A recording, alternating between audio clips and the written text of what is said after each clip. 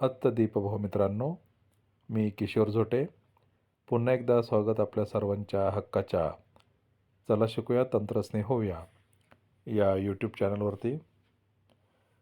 UDAS प्लसवरती आपण staff portal certify केला होता. आता HDMS अर्थात विद्यार्थ्यांचं जे पोर्टल आहे त्यावरती आपल्याला स्टुडंट मॉड्यूल जे आहे ते सर्टिफाय करायची टॅब ॲक्टिव्ह करण्यात आलेली आहे. तर या छोट्याशा व्हिडिओमध्ये आपण तेच पाहणार आहोत की सर्टिफाय कसं करायचं आहे.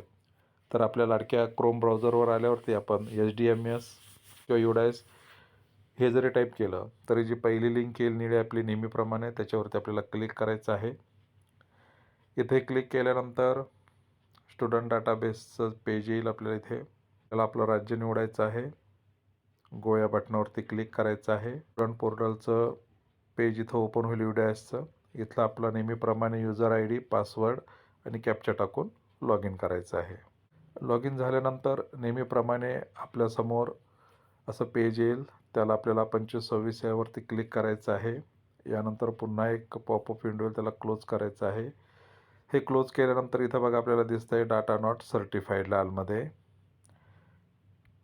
तर आपल्याला मग त्यासाठी काय करायचं, आता डाटा आपला सर्टिफाय करायचा आहे. तर डाव्या हाताकडे ज्या 3 आडव्या रेषा त्याच्यावरती आपल्याला इथं क्लिक करायचं आहे. इथे बघा स्कूल सर्टिफिकेशन ही जी आपल्याला टॅब दिसत आहे त्या टॅबवरती आपल्याला इथे क्लिक करायचं आहे. स्कूल सर्टिफिकेशन असं टिक मार्क दिसते, त्याच्यावरती इथे क्लिक केल्यानंतर इथे आपल्याला विद्यार्थी संख्या दिसेल.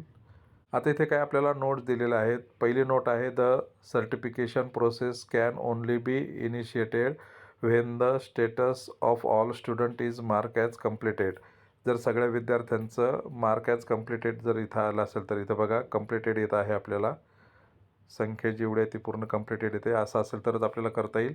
त्यानंतर आहे after certification school can still update the information of any student. Certification जरी केलं तरी आपल्याला विद्यार्थ्याची माहिती जी आहे ती अपडेट करता येईल. After certification if the school does the following things then the school will be decertification automatically.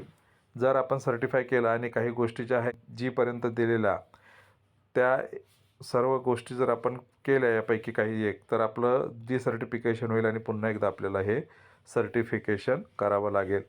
तर एमध्ये सांगितलं add a new student in at a school level. जर आपण स्कूल लेवलला एखादा विद्यार्थी ॲड केला, add a new student at the block level.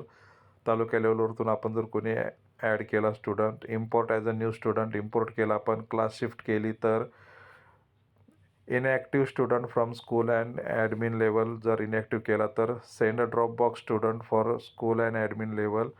जर आपण ड्रॉपबॉक्समधलं काही काम केलं असेल ॲडमिन लेवलवरती म्हणा किंवा आपल्या शाळेच्या लेवलला, आणि correction in progress and module. जर काही करेक्शन केलं असेल तरीसुद्धा आपलं जे आहे ते स्कूल डिसर्टिफिकेशन होईल आणि मग आपल्याला पुन्हा एकदा इथे सर्टिफिकेशन करावं लागेल. त्यानंतर इथे खाली जो छोटासा चेकबॉक्स दिसतो आपल्याला डाउनलोडच्या खाली, त्या चेकबॉक्सला इथं आपल्याला क्लिक करायचं आहे आणि निळी सबमिट ही टॅब आहे त्यावरती आपल्याला क्लिक करायचं आहे.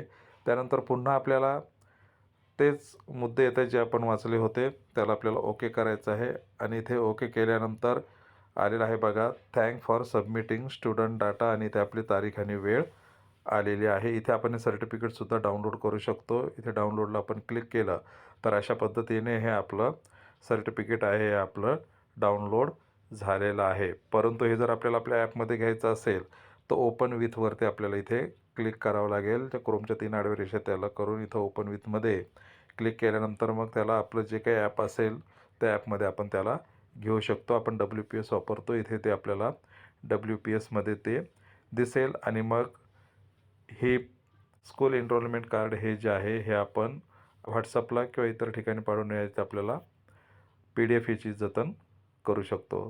स्टुडंट सर्टिफाय जे आहे ते अशा पद्धतीने आपण करू शकतो. तर या छोट्याशा व्हिडिओमध्ये एवढंच. भेटूयात पुन्हा नवीन व्हिडिओमध्ये. तोपर्यंत जय तंत्रज्ञान.